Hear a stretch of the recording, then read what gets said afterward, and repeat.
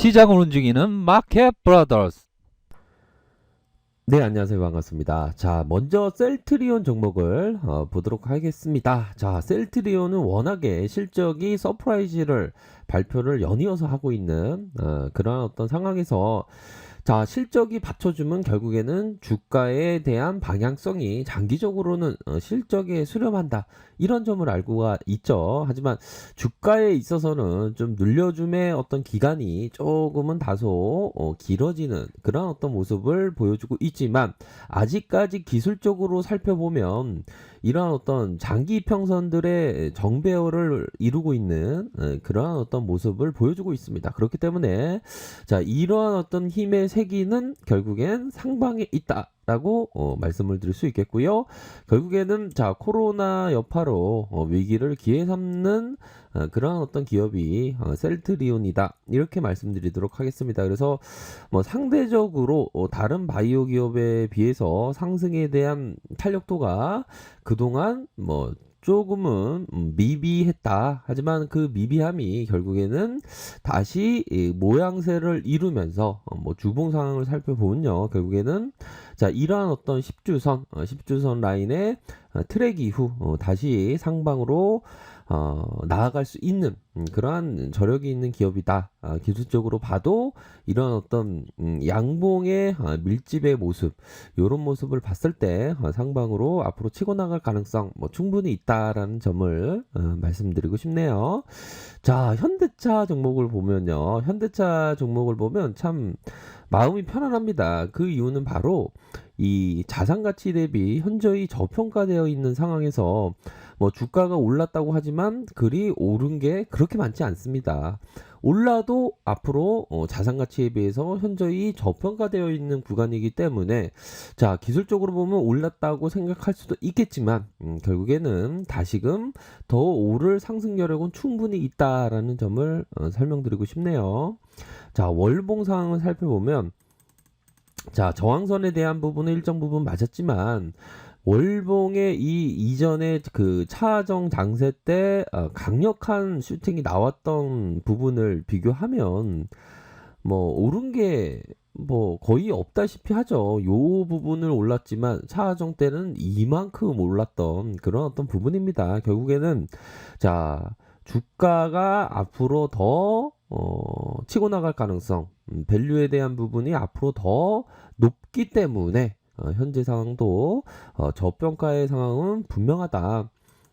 그런 점을 꼭 말씀드리고 싶네요.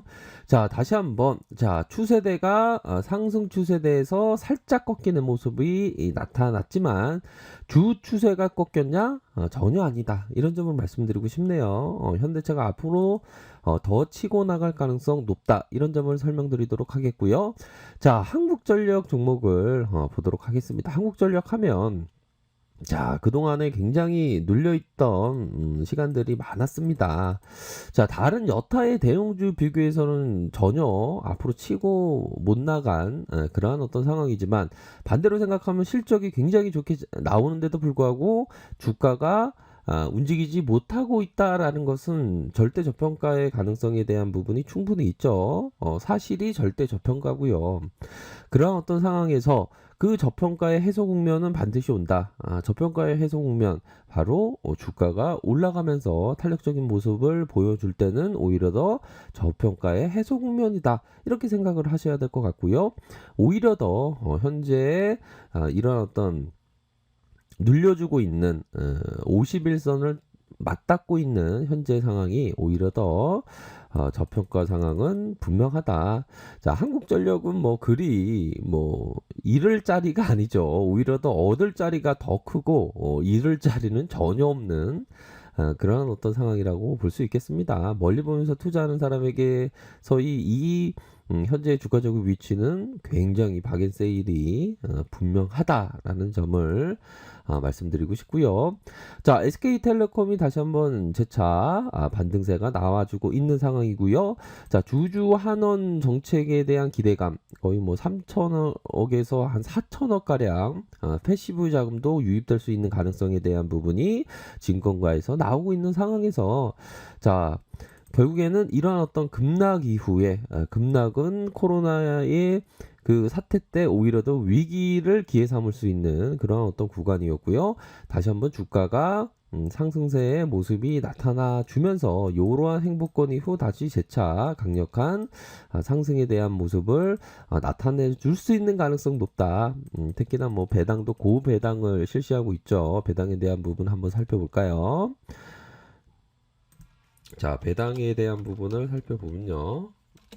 자, 굉장히 고배당을 하고 있습니다. 자, 4.20. 자, 작년 기준으로 4.20 하는데 이번 때도 뭐 한 4% 정도로 넘는 그런 어떤 수치를 발표할 것으로 보여집니다. 실적에 대한 부분도 굉장히 잘 나오고 있지 않습니까? 그렇기 때문에 뭐 SK텔레콤은 앞으로 상승에 대한 부분이 굉장히 기대가 되는 그러한 어떤 종목임을 분명히 말씀드리도록 하겠습니다. 자, 삼성생명은 정말 좋은 기업인데요. 그동안 뭐 조금 뭐 상승세가 나왔지만 다시금 뭐 장기 이평선 240일 이평선에 지지를 받고 있는 상황이고요. 자, 메이저의 주가의 오름 이후에 다시 매집해주는 모습이 현재 나타나고 있다라는 점을 말씀드리도록 하겠습니다. 다시금 주가의 슈팅이 나왔지만 매집해주는 특성이 분명히 나오고 있다. 그렇기 때문에 현재와 상황은 굉장히 저평가 상황이고요. 뭐 지분에 대한 부분을 말씀을 안 드릴 수가 없겠죠. 삼성생명이 보유하고 있는 삼성전자나 삼성바이오로직스나 이런 어떤 지분에 대한 가치가 굉장히 높기 때문에 뭐 현재와 같은 상황은 절대 저평가다. 그렇기 때문에 주가가 이런 식으로 크게 움직여주는 그런 어떤 모습이 나올 때나 좀 고평가에 대한 부분을 생각해야지. 현재는 굉장히 많이 시장에서 소외받고 있고 굉장히 저평가 상황은 분명하다라는 점을 말씀드리도록 하겠습니다. 그렇기 때문에 뭐 장기 투자자에게 이러한 어떤 현재 국면은 굉장히 잃을 것이 없다. 좀 전에도 말씀드렸던 얻을 것이 많은 자리지 잃을 것이 그렇게 없는 자리다. 이런 점을 말씀드리고 싶습니다. 자, LG화학이 다시 한번 반등세가 나타나 주었는데요. 조금은 공포스러운 어떤 눌림이 기록되었던 그런 어떤 부분이었고요. 결국에는 의미 있는 이러한 어떤 캔들의 자리에서 결국 반등세가 나타나주는 거래량 터지면서 반등세가 나타나주는 그런 어떤 모습을 보여주고 있습니다. 그래서 자, 전기차 배터리의 어떤 성장성은 앞으로도 큰 스케일을 그릴 수 있는 면이 분명하죠. 그런 중심의 1등 기업 LG화학이 앞으로 치고 나가는 그런 어떤 모습을 뭐 무난하게 생각할 수 있는 그런 어떤 부분은 된다라는 점을 설명드리도록 하겠습니다. 그런 점은 분명히 있고 마지막으로 카카오 종목으로 한번 볼까요? 카카오에 대한 종목. 자, 결국에는 다시 한번 1.51%의 반등세가 나타나 주었고요. 카카오 하면 뭐 시장에서의 기대치가 충분히 있습니다. IPO에 대한 기대감, 자회사의 그 지분 가치도 충분하고요. 자회사의 성장성도 엄청나게 좋습니다. 그렇기 때문에 자, 주가는 조금 올랐다고 생각할 수 있지만 더 치고 나갈 밸류가 충분히 받쳐주는 그러한 어떤 기업이기 때문에 뭐 현재 시점에서도 저평가에 대한 부분을 말씀을 드릴 수 있겠다. 이런 점을 말씀드리고 싶네요.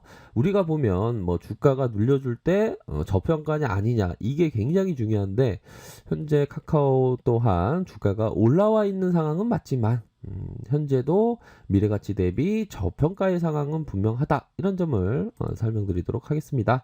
자, 우리 코스피를 살펴보고 계신데요. 결국에는 1.34 결국 시장이 큰 시장이 온다라는 것을 말해주는 모습이 나타나 주고 있는 것이 아닌가라는 생각이 듭니다. 살짝 윗꼬리가 달렸지만 결국에는 주가가 올라가고 이런 어떤 공포적인 모습이 보여졌지만 그 폭이 뭐 이전처럼 큰 하락이 나오는 것이 아니고요. 잠시 쉬어가는 모습으로 눌려줬다가 다시 반등세가 나타나주는 그렇기 때문에 우리 시장에 있어서는 정말 큰 잃어버렸던 10년이 넘죠. 어떻게 보면 잃어버렸던 그 지난 시간들을 되찾는 그런 어떤 시장이 펼쳐질 것이다.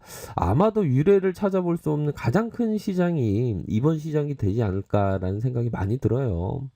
자, 유동성 장세의 그 힘은 엄청납니다. 투심에 대한 부분도 이전처럼 그 투심이 나빠지는 극단의 상황을 이전에 경험하지 않았습니까? 코로나 여파로. 하지만 그러한 시점이 굉장히 박앤세일이었다는 것을 다 인식하는 학습화된 그런 어떤 자금들이 이제는 유입되고 있다. 그렇기 때문에 자, 하방에 대한 부분을 받쳐주면서 주가가 다시 한번 종고점 2607포인트를 강력하게 돌파해주면 거의 뭐 진행에 대한 대세 상승장의 진행에 대한 마침표의 시작점을 알리는 그러한 모습으로 큰 시장이 이번에 올 수밖에 없다. 코스닥도 마찬가지죠. 코스닥도 그동안 굉장히 좀 어려움을 많이 겪었습니다. 중소형주들이. 하지만 중소형주들이 다시 반등세를 보여주면서 자, 932포인트 요런 부분은 무난하게 돌파해 줄 수 있는 부분은 분명히 있습니다. 뭐 미국 시장도 보면 자, 미국 시장도 강합니다. 보면 플러스 0.69, 나스닥 플러스 0.42로 이렇게 상승 마감했고요. 우리 시장도 반등에 대한 여력이 충분히 있고 또한 큰 시장이 열릴 것을 믿어 의심치 않기 때문에 이러할 때일수록 정말 좋은 투자를 하기 위한 노력 반드시 필요하다라는 점을 말씀드리고 싶네요. 자, 좋아요, 구독하기 부탁드리겠고요. 언제나 최선을 다하도록 하겠습니다. 네, 감사합니다.